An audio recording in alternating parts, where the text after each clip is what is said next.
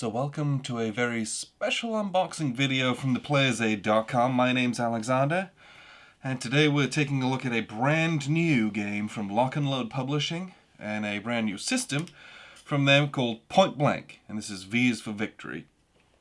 So this is a two-player, although there is a full solo module inside of this, a two-player World War II tactical card game. So this is based on the Western Front. So you'll have, there's American forces, there's English forces, I even want to say there might be Canadians in here as well, and you're fighting against Germans typically. And so this box is absolutely huge and it's extremely heavy, and we're very grateful for LnL for sending this to us, because I believe that this is kind of a production proof. So this is what you'll get. This is a production copy. I believe this is one of the only ones in the United States at the moment, because they looked through this, said it was all okay, and then gave it the go-ahead. So this is currently being printed as we speak. And it is going to be then shipped and delivered, down the line. So this comes in a massive 4-inch box. This is extremely heavy.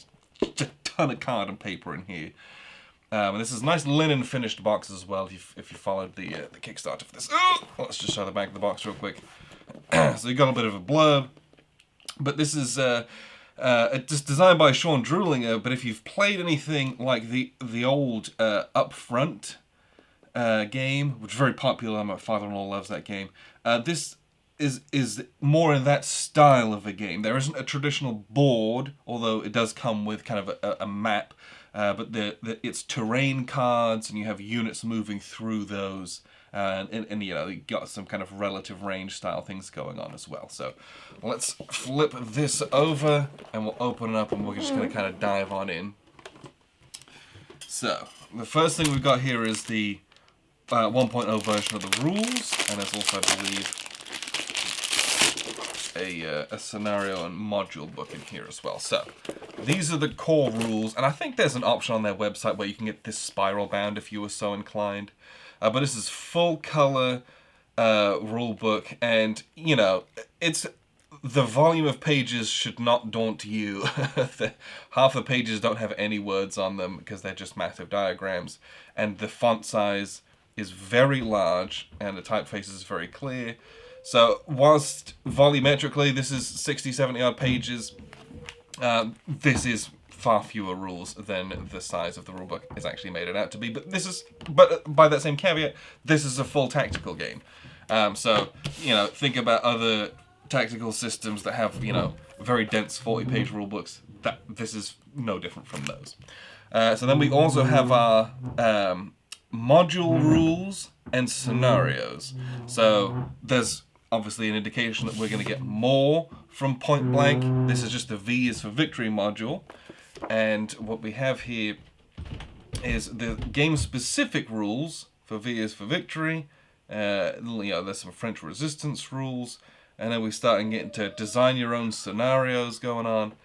And then we have a ton of scenarios. You've got OOBs, you've got setup maps, everything that you're going to use, and there is an absolute ton of this. I mean, it just keeps going with how much there is, and this is, people are going to balk at the price of this, but this is one of those games where this is going to be a game that you buy, and this might be the only war game in your collection, and that's totally fine. There's nothing wrong with that, but there's enough in here where you can do that. And that's just this one volume. So there's an absolute ton of stuff in here. That's just the rulebook and scenario books. We do have a couple of sheets of counters, and we will open these up. So these are kind of what you would expect from LnL these days. And what I mean by that is these are very thick grey core cardboard, but these are and they're a matte finish on them, but they are pre-rounded counters, and I'm like touching these, and some of these are just kind of falling off. I'm just going to punch a few of these for you, but they punch very easily, and there's absolutely zero little nubs or bits of fluff on those. And from what I can tell at a glance, these are also extremely, oops, they're just falling out. These are also extremely well scented. I've played a number of games where companies have tried pre-rounded, and they're not scented, and it looks awful. So I'm very happy with those. One thing to note, most of these are admin counters, and they denote sectors and things like that. So if you don't want to use the maps, which we'll look at, you can just use markers like these as well. But a number of these markers, things like fatigue markers, moving markers, they're just admin markers, and they're dual-sided as well. But we played a prototype of this back in 2018, and all of that was done with little kind of mini cards, kind of Fantasy Flight style. And so having reduced those into these little counters, I think is a little bit more practical, and I prefer that as well, I think.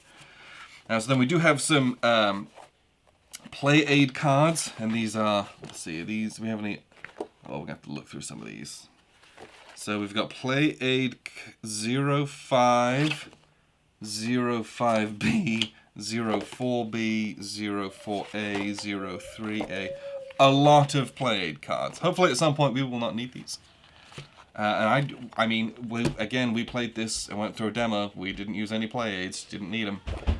So I'm hoping that kind of resolves itself very quickly as well.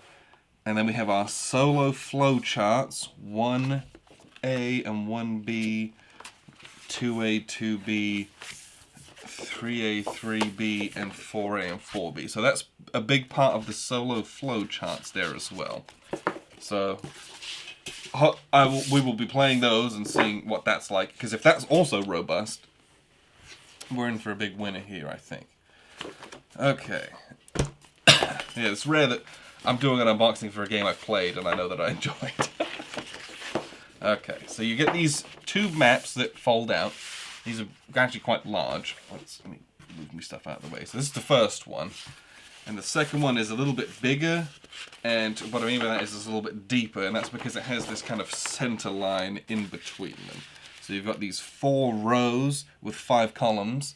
But then you've got this center line, which will have objectives in it. But then you also have another 4 rows and 5 columns up here at the top. Again, you can play without these.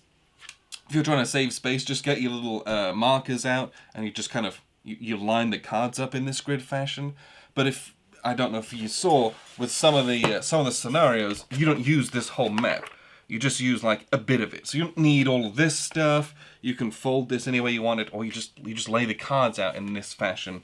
So that way you don't need to have all this extra table creep, basically. But they give you these for some of the bigger scenarios, or if you wish to use them as well, which again, very nice for just holding boxes, keeping everything together. That's nice if you're so inclined. Let me see if I can make those fold up properly again. I cannot.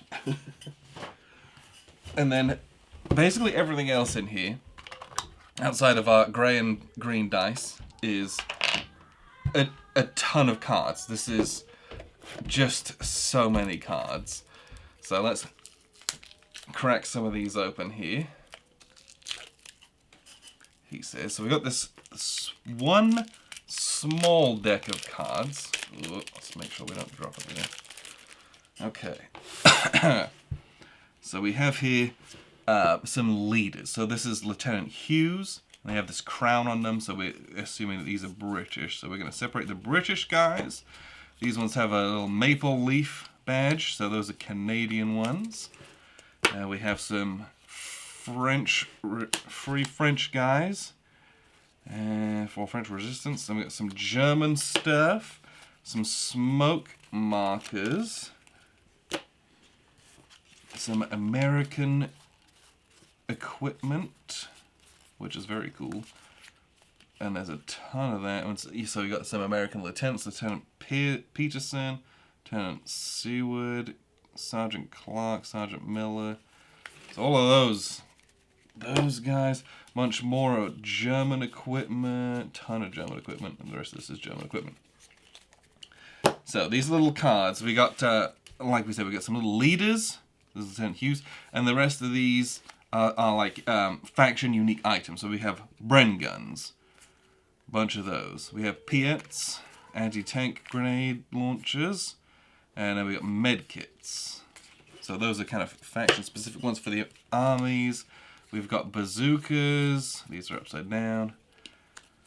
M1919A4. Some different med kits. I do wonder if those are the same. Rhinos to stick on the front of your armored vehicles. Yes, there's armored vehicles. BARs. Satchel charges, radios, and then some leaders. But these are kind of, you're going to have squads on these bigger cards. You can equip them with other units than these smaller leaders. Okay, let's have a little look at these. I'm not quite sure how these are organized, if it's decks of cards that we're going to have to get together. Might make a big mess. Let's get a knife out. Alright. There is a ton of card in this thing. So, these ones have a lightning bolt on the back of every single one of them. So let's have a look at what these are here. Oh, I think these are action cards, I want to say. Oops. So these action cards have a die result on them, but they also have these symbols. And these symbols, of which there is a ton of them, and the player aids refer to them, you need to get a certain number of, I think you need to match symbols to certain types of things to make actions trigger, I believe. So I think these are the action cards that power most of the game. And I think there's more in this deck. So these ones we have, yes, there's a few more action cards. These have that lightning bolt on the back of them.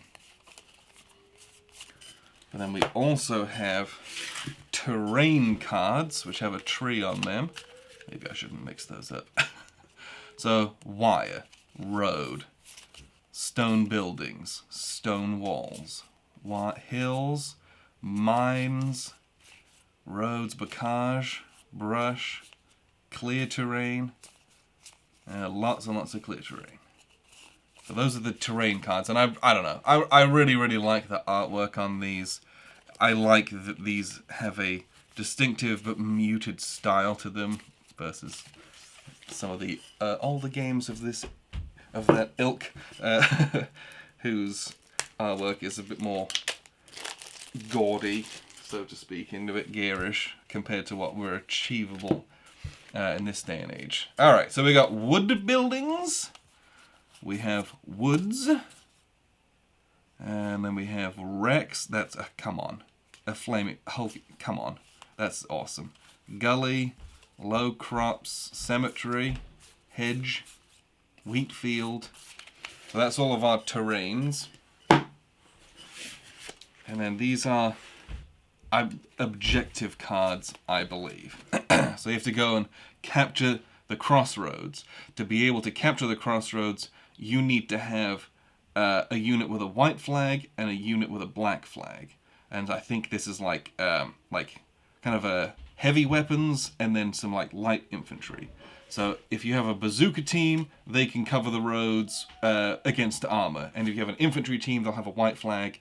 They can cover the crossroads against infantry. And you need both of those things to capture and secure the crossroads, if that makes sense. I believe that's a lot of what these are. So crossroads, hotel. You need 2 kind of light infantry units to fill the whole hotel kind of a thing. The bridge, 2 infantry, some at each end, and then some anti-armor. Church, railroad, supply drop, orchard, river. Units may not enter this area, so this is more of a blocking kind of an area.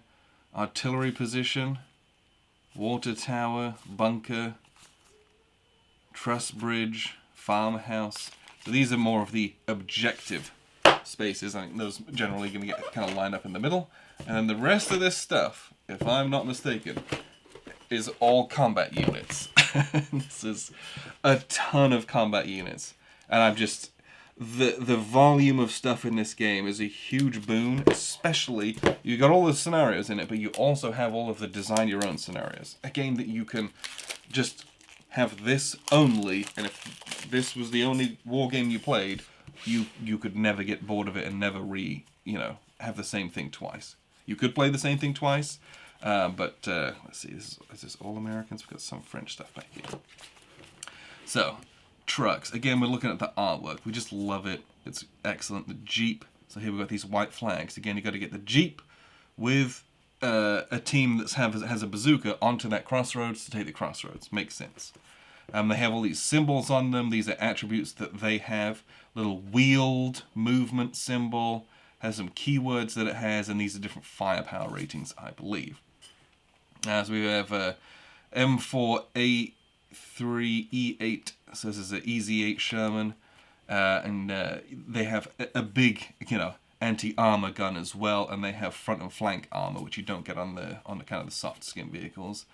M8 Greyhound, anti-tank gun, mortar teams, 50 cal teams, line squads, so a bunch of rifle squads, half squads, airborne squads, half squad airborne, infantry, and then half squad infantry as well.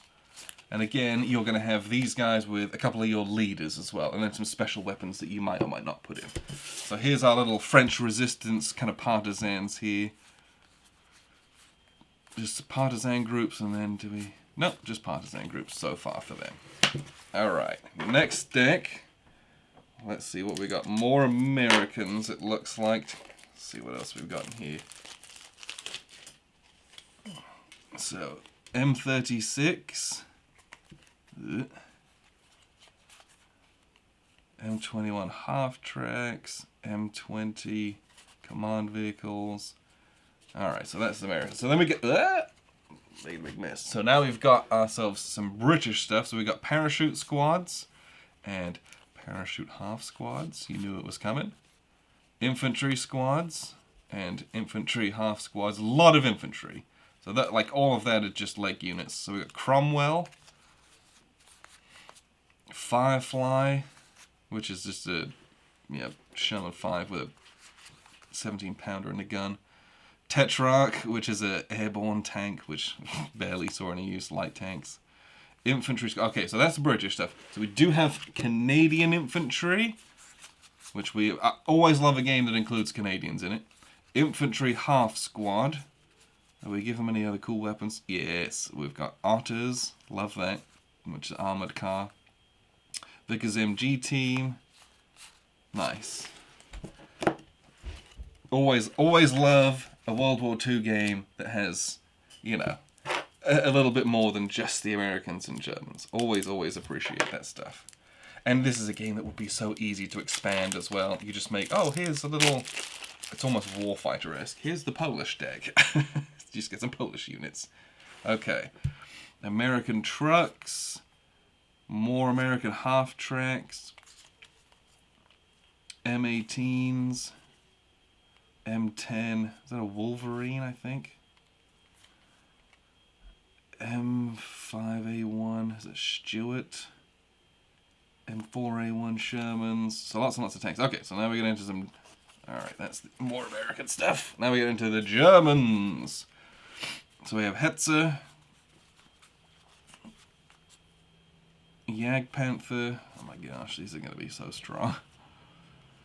Hanemags. Nope, that's not a Hanemag. I'm looking upside down. That's a SDK 234. So Luftwaffe half squad,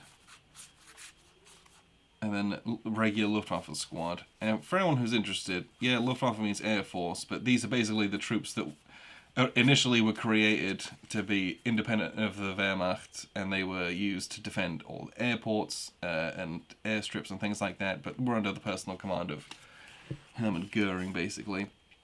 So you have SS half squads, and then SS full squads, and then we have second line half squads, and second line squads. And these are all just different troop qualities, basically. And then some... Oh, that's an American truck. Okay, cool. So that's some more German units. And then the last deck of cards we have in here, I presume, is an awful lot more Germans. And it looks like that's the case.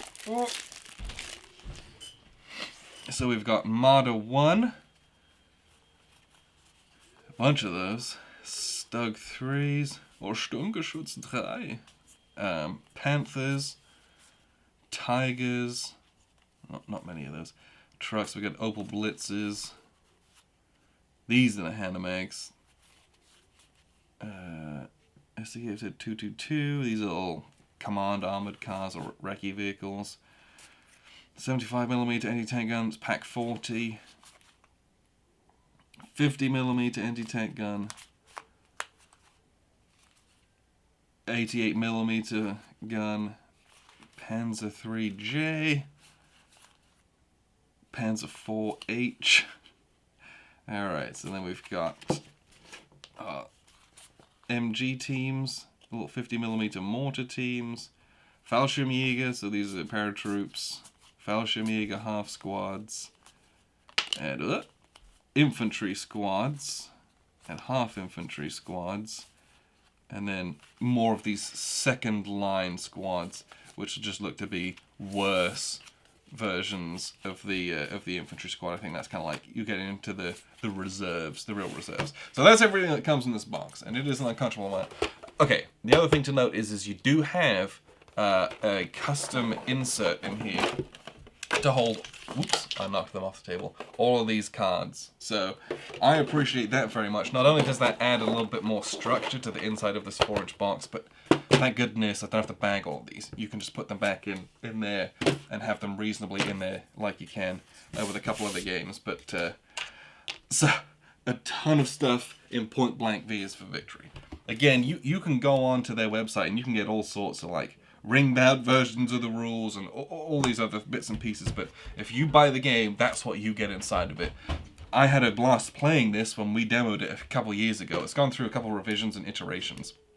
So I'm excited to finally sink our teeth into this and for this to get out there, because this style of game is the kind of game that my father-in-law cut his teeth on, and we still play up front. And this is different to that, but it enjoys a similar feel and some of the similar concepts about how the things are laid out. You know, you've got like point-to-point games, hex and counter games, and you have these kind of card-based area games, and this fits into those very nicely, but has a bit more representation with the British and the Canadians being included in here as well. So I'm very excited to play with this. It looks gorgeous, the final production's off the charts, and the game I know is enjoyable, and so we're going to dive into this and let you know how this is. And you can look forward to this coming in the next few months. So I appreciate you very much for tuning in. I've been Alexander from playersaid.com.